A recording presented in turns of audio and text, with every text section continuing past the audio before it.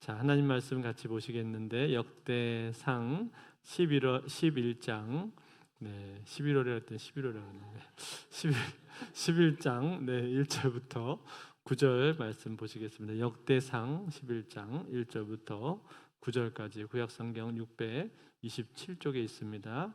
역대상 11장 1절부터 9절까지 말씀 한 절씩 교독해서 읽겠습니다. 온 이스라엘이 헤브론에 모여 다윗을 보고 이르되 우리는 왕에 가까운 혈족이니이다.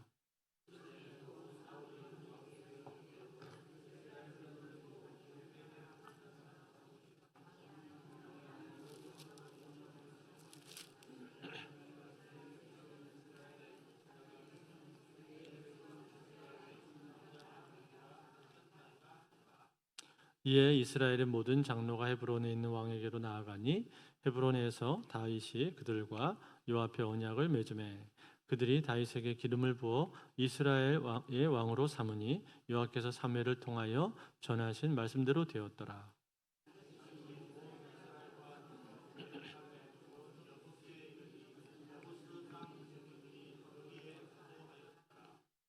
여부스 원주민이 다윗에게 이르기를 내가 이리로 들어오지 못하리라 하나 다윗이 시온 산성을 빼앗았으니 이는 다윗성이더라.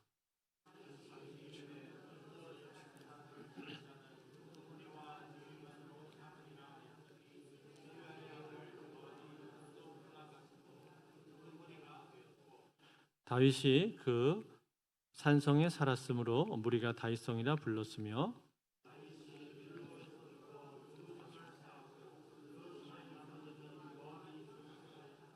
같이 읽겠습니다. 만군의 여호와께서 함께 계시니 다윗이 점점 강성하여 가니라. 아멘. 지난 시간에 우리가 사울 왕의 최후에 대해서 함께 생각해 보았습니다. 사울 왕은 어떻게 죽었죠? 길보아 산에서 블레셋과의 전투 가운데 죽게 되었죠. 그는 외적으로 볼 때는 그 전투를 하는 가운데 적군들에게 쫓겨서 포위를 당하게 되었고 더 이상 피할 길이 없다고 생각이 되자 자기의 칼에 엎드러져서 자결해서 죽었습니다. 그렇지만 성경에서는 그의 죽음에 대해서 말을 할 때 보다 더 근본적인 이유에 대해서 그가 죽을 수밖에 없는 근본적인 이유에 대해서 말을 해주는데 뭐라고 말을 했을까요? 사울이 범죄하고 우상 숭배하면서 하나님을 떠났기 때문에 그리고 하나님께 묻지 않았기 때문에 하나님께서 그를 죽이기로 작정하셨다 그렇게 말씀을 했습니다. 즉 묻지 않았다라는 이 말은 하나님의 뜻보다 자기의 뜻이 더 중요했던 것이고 자기 뜻대로 자기 마음대로 무슨 일이든지 하려고 했다라는 겁니다. 그래서 그는 하나님께서 주신 자신의 왕위를 계속 이어가지를 못하고 중도에 그만 탈락을 하고 만 것이죠. 반면에 다윗은 어떻습니까? 다윗은 무슨 일이 있든지 간에 하나님 앞에 그 문제를 가지고 나와서 하나님 내가 어떻게 하면 좋겠습니까? 이 문제를 내가 어떻게 처리하면 좋겠습니까? 내가 올라가리까 말리까? 그렇게 말하면서 항상 하나님 앞에 묻는 습관을 가졌습니다. 그리고 그 하나님의 뜻을 찾고 거기에 순종하려고 했습니다. 그렇기 때문에 하나님께서는 다윗을 인정해 주셨고 내 마음에 합한 자다 그렇게 말씀을 해 주셨던 것이죠. 그래서 이제 오늘 우리가 읽은 이 본문에서는 누가 나오게 되는 겁니까? 다윗이 나오게 되는데 다윗이 오늘 이제 온 이스라엘의 왕으로 세워지는 장면이 나오고 있습니다. 1절하고 2절 말씀을 보시면 한번 같이 볼까요? 같이 읽겠습니다. 1절 2절 시작. 온 이스라엘이 헤브론에 모여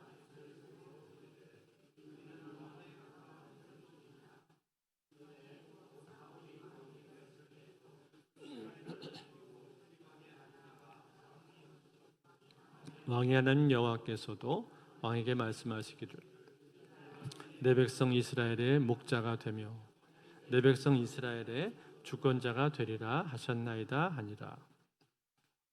자, 이스라엘 백성들이 헤브론에 모였다고 말을 했는데 헤브론은 그 당시에 다윗이 머물고 있었던 곳입니다. 즉 남쪽 유다 지파와 베냐민 지파를 다윗이 먼저 7년 반 동안 다스렸단 말이죠. 전체 이스라엘의 왕이 되기 전에 남쪽 지역을 먼저 다스렸는데 그때 거점으로 삼았던 도시가 바로 헤브론이었습니다. 그 헤브론으로 백성들이 찾아왔다는 거예요. 북쪽에 있는 지파 백성들까지 다 한꺼번에 찾아와서 당신이 우리의 왕이 되어주기를 원합니다. 이렇게 요청을 했다는 겁니다. 그러면서 당신이 우리의 왕이 되어야 할 그 이유에 대해서 두 가지를 얘기를 했는데 그게 뭐죠? 첫 번째는 당신은 이스라엘을 거느리고 출입을 하신 분이십니다. 이 말은 전쟁터에서 군사를 이끌었다 그런 뜻인데 즉 다윗의 리더십을 지금 말을 해주고 있는 겁니다. 당신의 리더십이 탁월하기 때문에 당신이 우리의 왕이 되어주기를 원합니다 라는 거고, 두 번째는 하나님께서 당신을 왕으로 세우신다고 말씀하셨기 때문입니다. 실제로 하나님께서는 과거에 사무엘 선지자를 통해서 다윗에게 기름을 부은 적이 있었죠. 그러면서 말씀하시기를 내가 너를 이스라엘의 주권자로 세웠도다 라고 말씀을 하셨습니다. 그 내용, 그 예언의 내용을 백성들도 알고 있었던 것이죠. 그래서 이제 다윗에게 찾아와서 우리에게 오셔서 온 이스라엘의 왕이 되어주시기를 원합니다라고 요청을 한 겁니다. 이 요청을 받게 되었을 때 다윗이 어떻게 하죠? 그들의 진심을 알고 기쁨으로 그들의 제안을 받아들입니다. 그리고 이제 자연스럽게 다윗은 온 이스라엘의 왕이 되었던 거죠. 참으로 역사적인 순간인 것입니다. 다윗은 이제 과거에 자신이 들었던 그 예언의 말씀이 실현되는 것을 경험하게 된 것이고 하나님께서 말씀하신 그 내용이 그대로 성취가 되게 되었던 것이죠.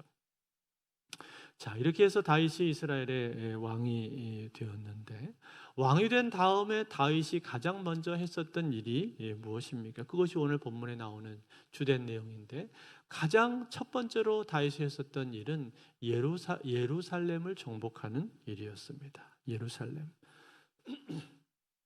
그 당시 예루살렘은 시온이라고 불리기도 했었고 여부스라고 불리기도 했었는데 시온이라는 말은 그쪽 지역의 산 이름을 따서 시온이라고 불렀고 여부스는 가나안의 7 족속들 중에서 그 지역에 살고 있었던 사람들이 바로 여부스 족속들이었습니다.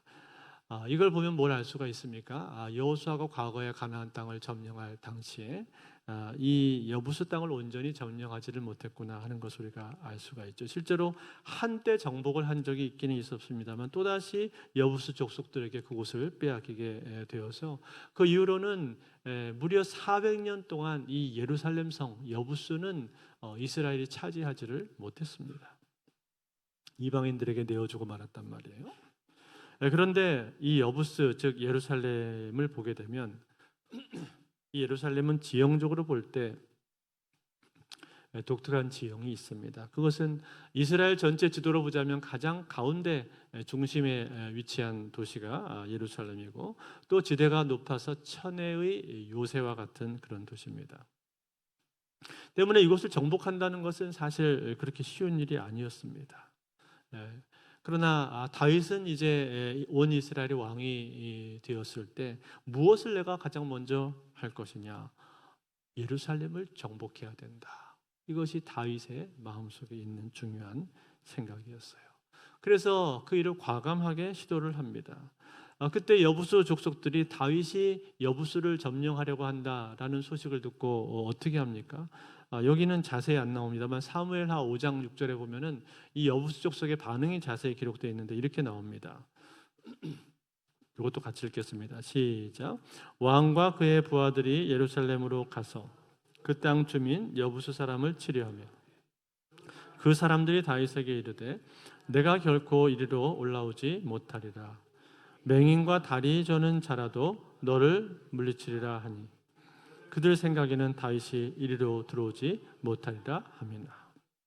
자, 이 여부수 사람들이 뭐라고 말했어요? 맹인이나 다리 저는 사람들이라도 너를 이길 것이다. 이렇게 말했단 말이에요. 얼마나 참 멸시하고 업신여기는 말입니까? 아주 사람을 깔보고 무시하는 말을 한 거죠. 이렇게 교만하게 이 여부서 사람들이 반응을 했다 이 말이에요. 그런데 여러분 결과적으로 어떻게 되었을까요? 결과적으로는 이 싸움 가운데 다윗이 승리를 합니다. 다윗이 이겨요. 그리고 이 전쟁 가운데서 아주 큰 공을 세우는 사람이 한 명인데 그 사람이 누구죠? 요압이에요. 요압. 요압은 그 당시 전쟁 가운데서 예루살렘에 그 지하로 파놓은 수로가 있었는데 기온샘이라는 수로가 있었는데 그 수로로 부하들과 같이 파고 들어가서 몰래 침투해 들어가서 적국에게 일격을 가합니다. 그래서 결정적인 승기를 잡을 수가 있게 되었고 이 전쟁에서 전투에서 승리할 수가 있게 되었던 것이죠. 덕분에 그는 다윗으로부터 신임을 받아서 이스라엘의 초대 군대 장관까지 임명을 받게 됩니다. 이렇게 큰 승리를 거두고 나서 다윗은 이 예루살렘 성을 이스라엘의 수도로 삼게 됩니다. 그리고 이 성을 일컬어서 다윗성이다 그렇게 명명을 하게 되죠. 이것이 다윗의 예루살렘을 정복한 주요한 기사인 것입니다. 그렇다면 여러분 다윗이 이처럼 예루살렘을 정복한 이것은 이스라엘의 역사를 보자면 이스라엘의 역사 가운데서 어떤 의미가 있습니까? 제일 첫 번째로 이스라엘은 이 예루살렘은 위치적으로 볼 때 남과 북의 그 어떤 어느 지파에도 치우치지 않고 치중되지 않는 이스라엘의 한 가운데 중심부에 있는 성읍이었습니다. 때문에 한 가운데에 있었기 때문에 여기에다가 수도를 정하게 되면 어떻게 될까요? 남쪽과 북쪽 모두 다 불만이 없어지는 것입니다. 그래서 늘 무슨 일이 있든지 간에 거기에 와서 상의를 하면 되고 거기에서 협상을 하면 되고 거기서 문제를 해결할 수가 있기 때문에 서로 간의 의사소통이 대단히 원활하게 되는 거죠. 즉 정치적으로 아주 중심지에 삼기에 안성맞춤인 곳이 바로 이 예루살렘이었다라는 거예요. 두 번째로는 성전 건축을 하는 데 있어서도 역시 최적의 장소였습니다. 성전 건축. 왜냐하면 이곳은 해발 670m로 지대가 높았고 또 충분한 수자원을 많이 가지고 있는 곳이었습니다. 그래서 성전을 지을 수가 있는 요건이 되었단 말이에요. 뿐만 아니라 이스라엘의 전체 지도 가운데 한 가운데에 있다라는 것은 남쪽이나 북쪽에 속해 있는 그 어느 지파라도 여기에 오기에 거리적으로 용이했다 그런 뜻입니다. 모든 지파들이 공평하게 왜냐하면 성전을 지으면 거기에 성전에 자주 올라와야 되기 때문에 예배를 드려와야 되기 때문에 그 위치가 중요한데 예루살렘이 아주 좋은 위치를 가지고 있었다라는 거예요. 그래서 이곳을 종교적인 중심지로 삼게 되는 거죠. 세 번째로 이것은 지형적으로 이곳은 천혜의 요새이기 때문에 적군들로부터 방어하기가 아주 좋습니다. 물론 천혜의 요새 지형이기 때문에 그곳을 정복하는 데에는 그만큼 힘이 들고 어려운 지형입니다만 그러나 일단 정복을 한 뒤에는 이곳을 정치적으로 또 종교적으로 중심지로 삼을 것이기 때문에 그 지역에 대한 방어가 아주 중요하게 대두가 되게 되어 있는데 그런 면에서 볼 때 아주 적합한 곳이 바로 예루살렘이었다라는 거예요. 그래서 이 예루살렘이 중요한 것입니다. 예루살렘을 정복을 한 거예요. 이 예루살렘 성의 정복으로 말미암아 다윗 왕조는 그 이후로 어떻게 될까요? 더 크게 강성하게 될 수가 있었던 것이고 또 진정한 의미에서 이스라엘의 통일이 이루어지게 되었던 겁니다. 사울 왕도 통일 왕조의 초대 왕이긴 합니다만 사실은 사울 시대에는 이스라엘이 완전히 통합됐다고 보기가 어렵습니다. 남쪽과 북쪽으로 많이 나눠져 있었단 말이에요. 그러나 다윗 시대에 와서 비로소 이제 완전한 통일 왕국이 이루어진 것입니다. 그리고 중앙 집권 체제가 강력하게 성립이 될 수가 있었던 것이죠. 그래서 정치적으로 볼 때에도 경제적으로 볼 때에도 또 종교적으로 볼 때에도 대단히 중요한 거점을 확보하게 된 것이 바로 이 예루살렘을 정복한 사건인 겁니다. 그렇다면 여러분, 다윗은 어떻게 해서 이 정복을 시작을 할 수가 있었을까요? 무려 400년 동안이나 이 땅을 정복하지를 못했잖아요. 여러분 한번 생각해 보세요. 400년이 짧은 세월입니까? 아니죠. 대단히 긴 세월입니다. 400년이면은 지금부터 여러분 우리나라 400년 전이면 언제예요? 지금 2025년인데 400년 전이면은 1600 몇 년인데 조선시대입니다. 조선시대. 그러니까 그렇게 오랜 세월 동안이나 정복을 하지를 못한 땅이었단 말이에요. 그만큼 그 얘기는 그 땅을 정복하는 게 그렇게 많이 힘들었다는 거예요. 다윗 앞에도 사울도 있고 그 전에도 있고 했지만 그 땅을 차지한다는 것이 그렇게 힘들었다는 거, 난공불락의 성에 가까웠던 것입니다. 그런데 그 난공불락과 같은 과제를 어떻게 했다는 것입니까? 다윗은 과감하게 시도를 했다는 거예요. 왕이 되자마자 얼마 되지 않아서 내가 이 일을 해야 되겠다라고 결심을 하고 제일 첫 번째로 실행한 일이 바로 이 예루살렘의 정복이었다는 거예요. 그렇다면 여러분, 다윗은 어떻게 해서 이렇게 할 수가 있었던 것입니까? 이 일은 분명히 힘들고 어려운 일인 것이 사실입니다. 누가 봐도 그곳을 정복한다는 것은 그것은 오랜 세월 동안에 불가능했었고 감히 누구도 시도하기가 어려운 그처럼 난제인 것이 분명했단 말이에요.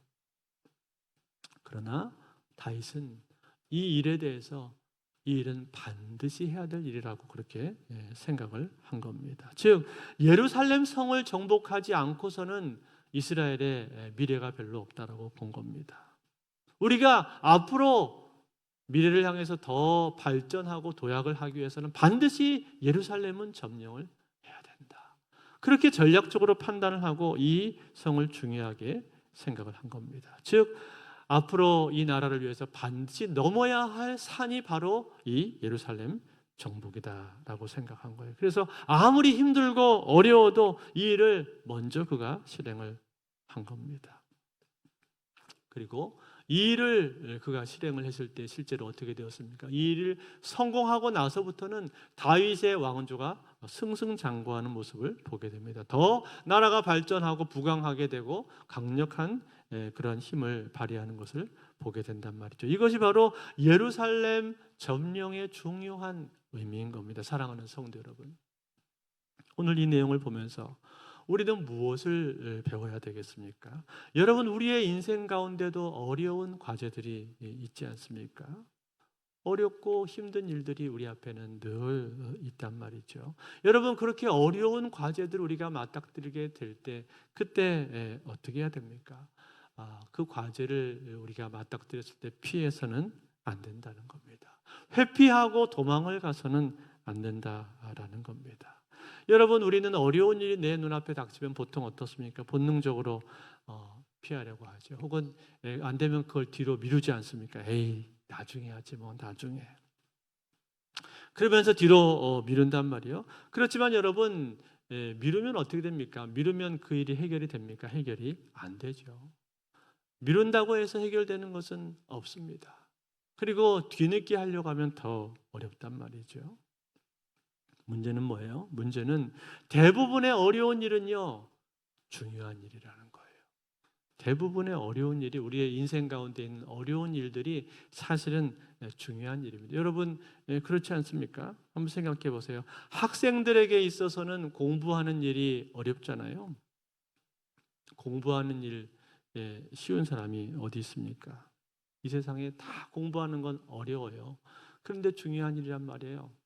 간혹 가다가 TV에 나온 사람들 중에서 뭐 수능 시험 만점을 받았다든지 아니면 뭐 서울대 수석으로 입학을 했다든지 그런 사람이 나와가지고 공부가 제일 쉬웠어요. 그렇게 했는데 그거 다 뻥이에요. 공부가 쉽긴 뭐가 쉽습니까? 그냥 해서 되는 일은 없습니다. 열심히 거기에 투자를 하고 노력을 하고 피땀 흘려서 그렇게 결과가 나온 건데 꼭 말을 그렇게 하더라고요. 그런데 여러분 어때요? 공부는 힘들지만 중요합니다. 중요해요. 중요하기 때문에 어떻게 해야 돼요? 거기에 우선순위를 두고 공부해야 돼요. 학생이면은 먼저 공부를 해야 된단 말이에요. 근데 이게 잘 안 돼요. 저도 아이들을 키우고 있습니다만 제가 아이들한테 늘상 하는 말이 먼저 공부하고 그 다음에 놀아라 이렇게 얘기를 하거든요. 그러면 아이들은 뭐라고 얘기를 할까요? 먼저 놀고 그 다음에 공부할게요 이렇게 얘기를 해요. 그러면은 먼저 놀았으면 뒤에 공부를 하면 좋은데 그렇게 되나요? 그렇게 안 돼요. 먼저 놀다 보면은 나중에 이제 에너지가 노는데 다 빠져가지고 이제 공부하려고 하면은 이제 더 이상 힘이 없습니다. 그 시간이 조금만 더 하다 보니까 시간이 많이 지나가 버렸죠. 예, 그래서 이제 공부를 못 하고 어떻게 될까요? 공부하려고 하는데 피곤하니까 오늘은 그냥 자야 되겠다. 그러면서 자면서 뭐라고 말을 할까요? 내일 하지 뭐 내일. 내일은 내일의 태양이 떠오른다. 그렇게 희망차게 말을 하면서 잠에 든단 말이에요. 저도 과거에 그런 적이 많았기 때문에 별로 할 말은 없습니다만, 그러나 여러분, 우리가 공부하는 것이 중요하다는 건 다 안단 말이에요. 예. 그걸 끝내놓으면은 내가 속이 편하고 마음이 편하다는 것을 아는데, 그런데 그게 참 쉽지가 않은 거죠.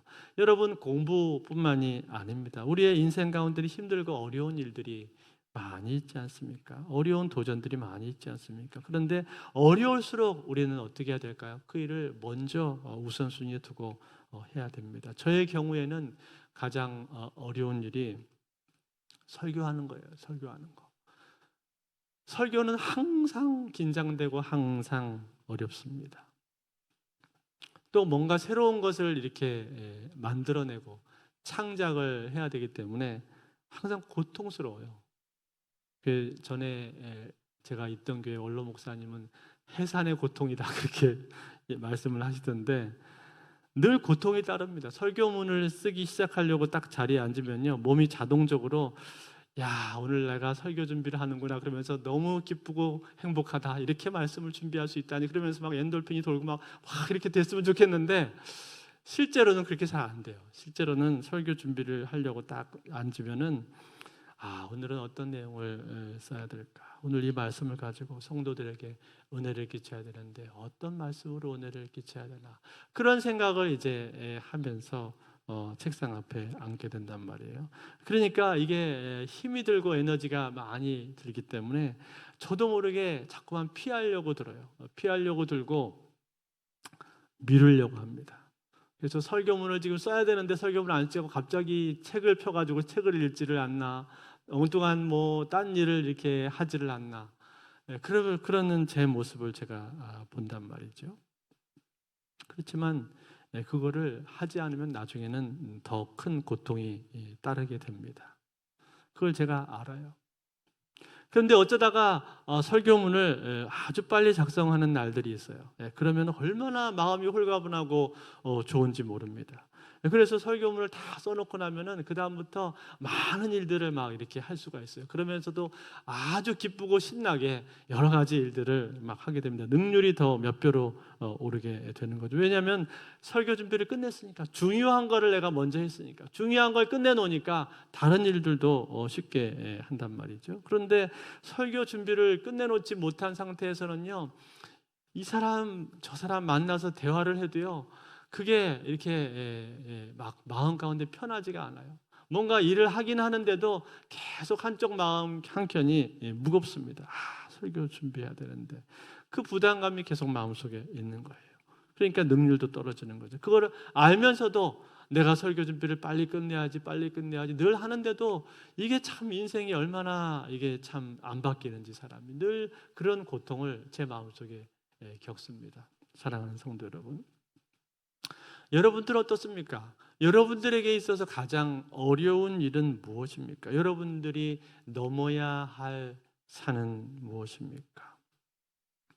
어쩌면 그것은 내가 하기 싫은 일일 수도 있고, 어쩌면 또 한 번도 안 해본 일일 수도 있습니다. 그것은 어쩌면 나에게 있어서는 참 버겁게 느껴지는 일일 수도 있습니다. 그러나 그 일이 중요한 일이다라는 사실을 우리는 잘 알고 있습니다. 그 산을 넘어가면은 내 인생이 새롭게 달라지게 될 거다라는 것도 우리는 직감으로 알고 있습니다. 그 산만 넘으면은 나의 삶 속에 새로운 지평이 열리게 될 거다라는 그런 기대도 가지고 있습니다. 그런데도 우리가 잘 시도하지 못하는 것들이 우리 삶 가운데는 있단 말이죠. 그러나 그걸 내가 도전해서 시도하고 넘었을 때 우리는 내 인생 가운데 새로운 길이 열리는 것을 보게 될 겁니다. 제가 이번 학기에 새롭게 도전한 것은 노방전도하는 일이었어요. 많이 나가지는 못했지만 그래도 저에게는 새로운 발걸음을 제가 한 걸음을 뗀 거예요. 저에게는 참 새로운 가능성을 보게 되었고, 이렇게 나의 앞으로의 삶을 살아야 되겠구나, 내 사역을 이렇게 끌고 가야 되겠구나, 그런 생각을 하게 되었습니다. 그리고 내년에도 더 힘껏 도전을 해봐야 되겠다라는 생각을 갖고 있어요. 아마도 어떤 분들에게는 새벽에 나와서 기도하는 것이 그러한 도전이 되실 수도 있을 겁니다. 어떤 분들에게는 교회에서 봉사를 하는 것이 그러한 새로운 도전이 될 수도 있을 거고, 어떤 분들에게는 개인적으로 내가 밖에 나가서 달리는 거, 운동하는 것이 나에게 새로운 도전이 될지도 모르겠습니다. 무엇이 되었든지 간에, 그것이 무엇이든지 간에 그 일이 나의 삶 가운데 어려운 일처럼 보이고 넘어야 할 큰 산처럼 여러분 보이십니까? 그렇다면 그 일은 내가 해야 될 일이요, 중요한 일이다 이 말이에요. 그러므로 사랑하는 성도 여러분, 오늘 여러분들의 눈앞에 있는 어려운 일, 힘겨운 일, 그 일이 있다면 그 일을 과감하게 넘으실 수 있기를 바랍니다. 오늘 다윗의 인생 가운데서도 이 예루살렘 정복이라고 하는 것은 결코 쉬운 일이 아니었을 거예요. 자기의 선조들, 오랜 앞선 사람들이 400년 동안 하지 못한 일을 자기가 시도한다는 것 결코 쉬운 일이 아니었을 겁니다. 그러나 그는 알았습니다. 내가 이 일을 하면, 이 일을 성공해서 이 산을 넘으면 그 다음에 우리 이스라엘은 새로운 길이 열린다. 그는 분명히 알고 있었을 거예요. 그래서 과감하게 이 일을 시도하고 여기에 목숨을 걸었던 겁니다. 그리고 그것이 이루어졌을 때 다윗 왕조는 강성해졌습니다. 그러므로 사랑하는 성도들, 오늘 저와 여러분의 삶 가운데서도 이러한 시도를 할 수 있기를 바랍니다. 우리의 삶 가운데 넘어야 할 산이 무엇입니까? 내가 도전해야 될 일이 무엇입니까? 그것이 있다면 과감하게 도전해 보시고 시도해 보시고, 하나님 안에서, 믿음 안에서 다윗이 이렇게 도전을 했을 때 그의 동역자들이 막 나오잖아요. 요압을 비롯한 이 뒤에도 쫙 나오거든요. 많은 용사들이 붙어서 함께 동역하고 하나님께서 그 일을 이루시는 것을 보게 된단 말이죠. 마찬가지로 우리도 그것을 내가 시도하면 하나님이 함께 해주시고 또 동역자들을 붙여주시고 그 일이 이루어질 수 있도록 나에게 힘껏 도와주실 줄로 믿습니다. 그래서 한 단계 도약하는 저 여러분들의 복된 삶이 다 되실 수 있기를 주의 이름으로 축원드립니다.